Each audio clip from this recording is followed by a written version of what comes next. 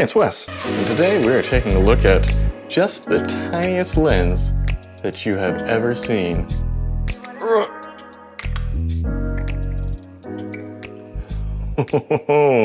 This is the Rockstar 10mm f8. Starting with the build quality. First thing we've got to note is this is a fisheye lens. This is not rectilinear. That is one of the ways that this manages to get this small. It takes less work to keep things spherical rather than rectilinear. If you look at the pictures of this lens online, it appears to be very plasticky, but in the hand, this is actually almost entirely made of metal. This is a very nice design. It feels nice. It's surprisingly weighty for something so tiny. It's not weather sealed. It doesn't come with a lens hood because, I mean, you would see that in the pictures. The lens cap is one of those friction fit ones that I generally don't much care for, but there's not much room for much else. However, that makes it very difficult to remove at times, especially when it's on your camera. It's hard to grip. The focus ring is very nicely knurled the whole way around, no skipping over here.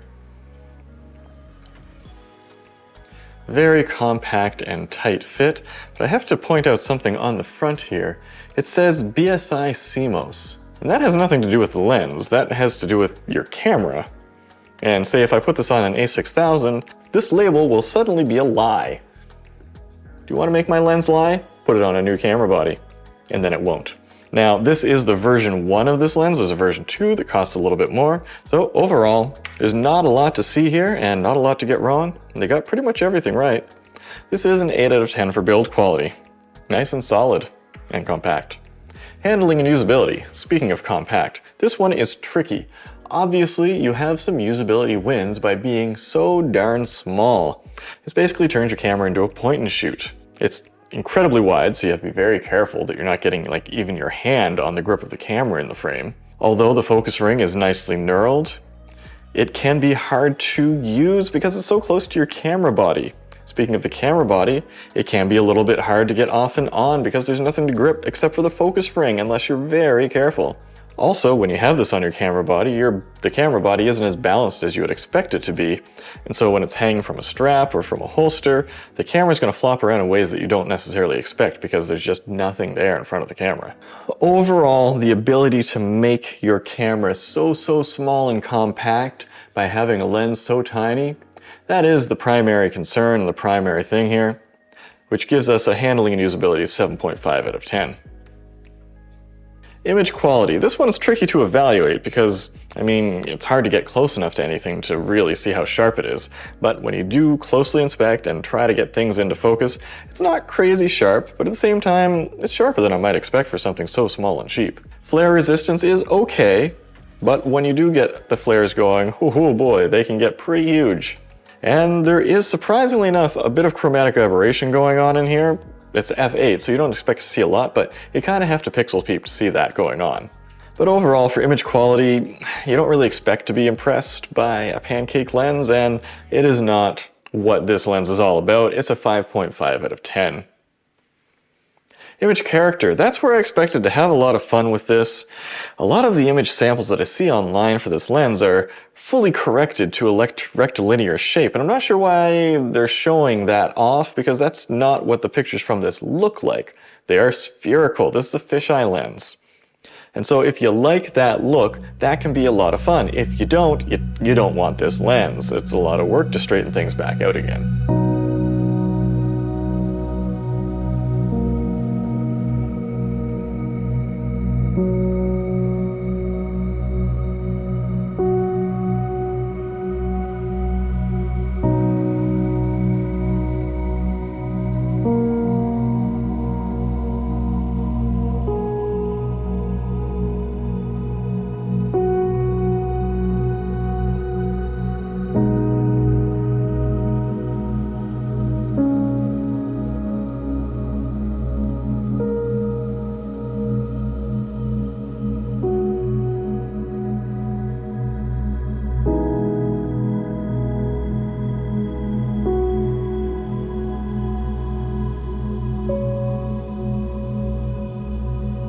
Surprisingly, if you get close enough with the minimum focus on this can actually have some relatively smooth bokeh. But you kind of have to work for it and look closely just to see it.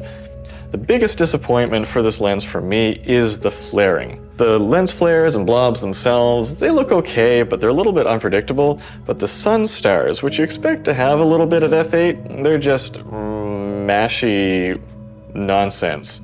And apparently they were aware of this, because as you can see on the inside of this lens, the aperture is perfectly round. But on the inside of the Mark II lens, it has some, let's say, false blades going on that will give you a more proper lens flare effect. It would be nice if there was just the tiniest little switch in this that would impose ever so slightly some aperture blades, but it can give you the option there. It would probably make it an f9 or an f10 at that point. However, that would make this tiny lens more complicated, and this is as basic as it can be.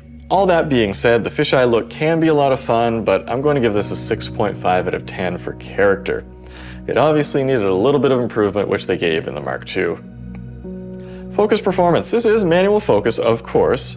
However, there are things to note about it. It is sharp enough that focus peaking does work quite well. However, your subjects are always so far away that it is difficult to really know if you've nailed focus.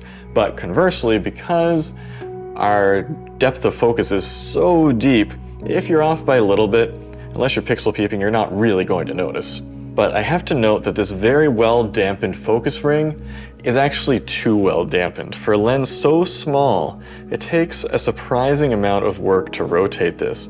This is a little bit of a nitpick because it's a very subjective assessment, but I would actually like this to be a tiny bit looser.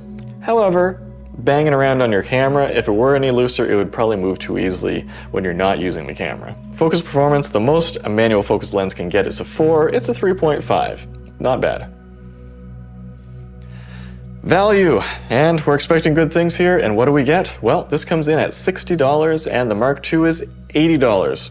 20 bucks doesn't seem like a lot, but compared to the overall price of this lens, that's actually quite a big difference. Directly comparing to this is the Per-Gear 10mm f8. It might be the same lens formula, I can neither confirm nor deny that, comes in at $80. Those are really the only direct comparisons, but slightly indirect, there's a TT Artisan 10mm f2, much bigger, $160, and a 7 Artisans 10mm 2.8 for $256. Now, those in some ways are going to be easier to use because they're pushing away from your camera, get your hand out of the way, and also you get a bigger focus ring.